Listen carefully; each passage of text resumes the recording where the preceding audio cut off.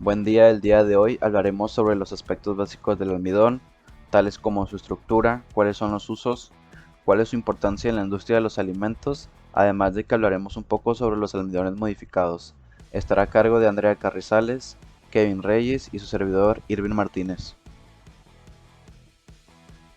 El algodón es una materia prima con un amplio campo de aplicaciones que van desde la impartición de textura y consistencia de los alimentos hasta la manufactura de papel, adhesivos y empaques biodegradables.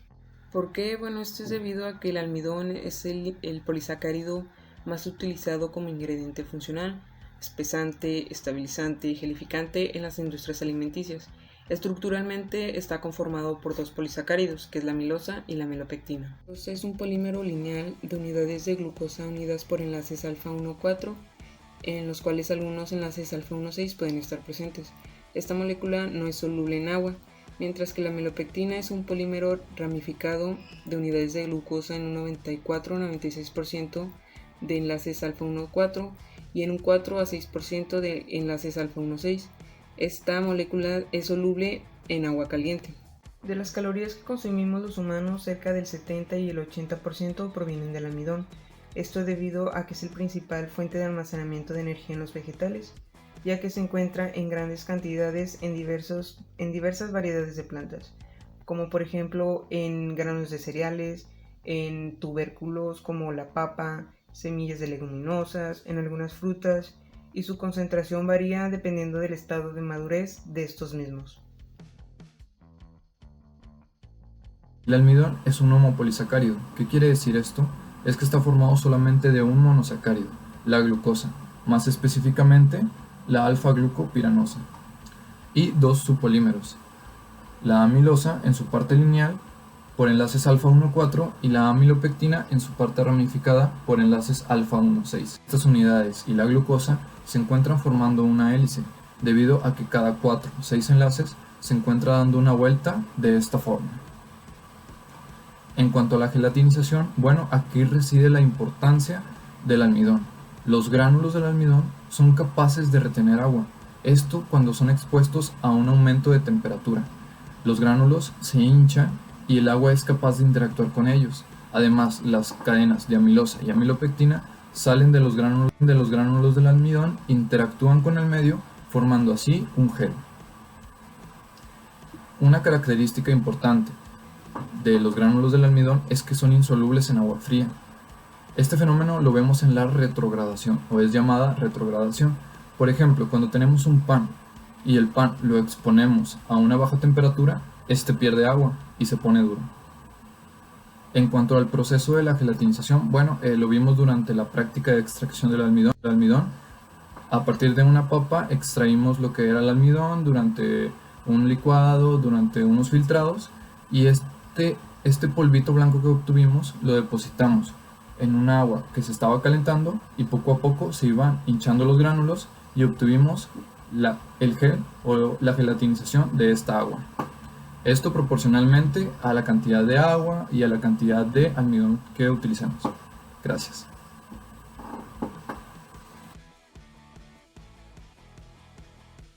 Encontramos a los polisacáridos lineales, que su mayor característica es una alta viscosidad.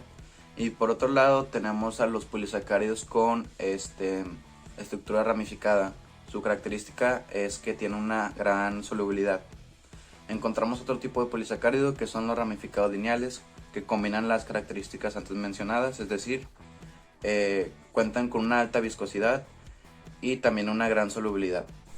Aquí podemos ver una tabla con los polisacáridos que pueden cumplir la misma o una función parecida al almidón.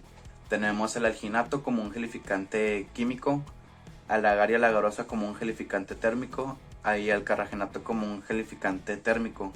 Estos pueden ser una alternativa para el uso en la industria alimentaria.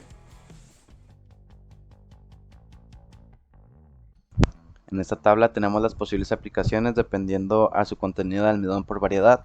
Esta variación va a depender del tipo de semilla, que puede ser comercial, modificada, nativa y según las condiciones del terreno y clima. Por ejemplo, tenemos a la variedad amarillo, Copacabana, cepa japonesa, que contienen de un 70-80% de almidón y se usa para obtener pastas, macarrones, pan tostado, espagueti. Tenemos otras funciones como para galletas, sodas, tostadas, sopas instantáneas, panificación, galletería y cárnicos. En esta tabla podemos ver la importancia de la relación entre la amilosa y la amilopectina que se encuentran presentes en el comportamiento funcional del almidón. Tenemos una alta amilosa que se caracteriza por bajo hinchamiento, alta dureza, alta pegajosidad, mientras que una alta amilopectina se presenta alta viscosidad, altas temperaturas de gelatinización y alto hinchamiento.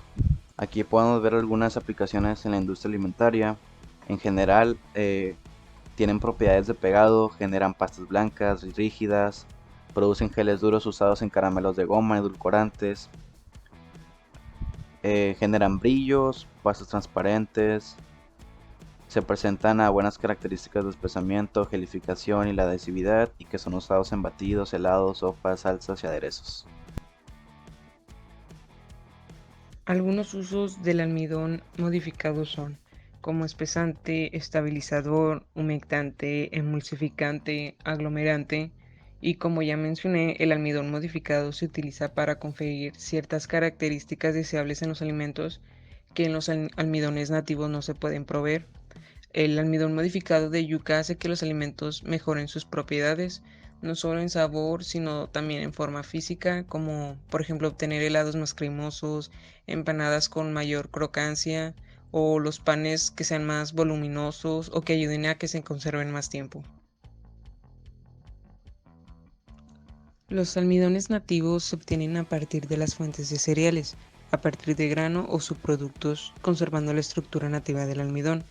Los almidones nativos, incluyendo el almidón de yuca, presentan ciertas limitaciones para uso industrial, por lo tanto son medicados para mejorar sus propiedades funcionales y tener un amplio rango de aplicaciones industriales. La estructura nativa del almidón puede ser menos eficiente debido a que las condiciones del proceso, ya sea temperatura, el pH o la presión, reducen su uso en otras aplicaciones industriales, debido a la baja resistencia a estos esfuerzos de corte, descomposición térmica o al alto nivel de retrogradación. En los almidones modificados, los granulos del almidón son tratados química, física y bioquímicamente para causar la ruptura de algunas o todas las moléculas. Por ejemplo, el almidón del maíz, que es insoluble en agua, al ser calentado en agua caliente, se solubiliza y al secarse se obtiene un almidón modificado que se ha vuelto soluble. Y ya para finalizar, mencionar que gracias a los almidones tanto nativos como los modificados se obtienen diversos usos, no solo para las industrias alimenticias, sino también para las industrias de papel y cartón, las industrias de textil, de adhesivos, de farmacéutica y cosmética, hasta a las industrias edulcorantes. Queda en evidencia que el almidón es sin duda uno de los materiales aditivos más usados en la elaboración de alimentos procesados. Esto es debido a sus propiedades físico-químicas y funcionales vistas anteriormente, permitiendo una variabilidad industrial para integrarlo en diferentes tipos de alimentos. Actualmente encontramos en la industria variedades que han sido mejoradas y modificadas por centros de investigación buscando potencializar este contenido y de esta forma fueran semillas que tuvieran mejor rendimiento. Esto favorece un porcentaje significativo del almidón, además de que estas variedades modificadas son ideales debido a que mejoran los costos del proceso de extracción. Para finalizar, el conocimiento de las características físico-químicas de un almidón es muy importante para seleccionar su aplicación, ya que esto está en función de ciertas variaciones que se valorarán para dar una idea de su potencial en la industria de los alimentos, ya sea que sea empleado como agente espesante para incrementar viscosidad de salsas, agente estabilizante de geles o emulsificantes, agentes de relleno o como todos los usos que mencionamos anteriormente. Esto sería todo y gracias por su atención.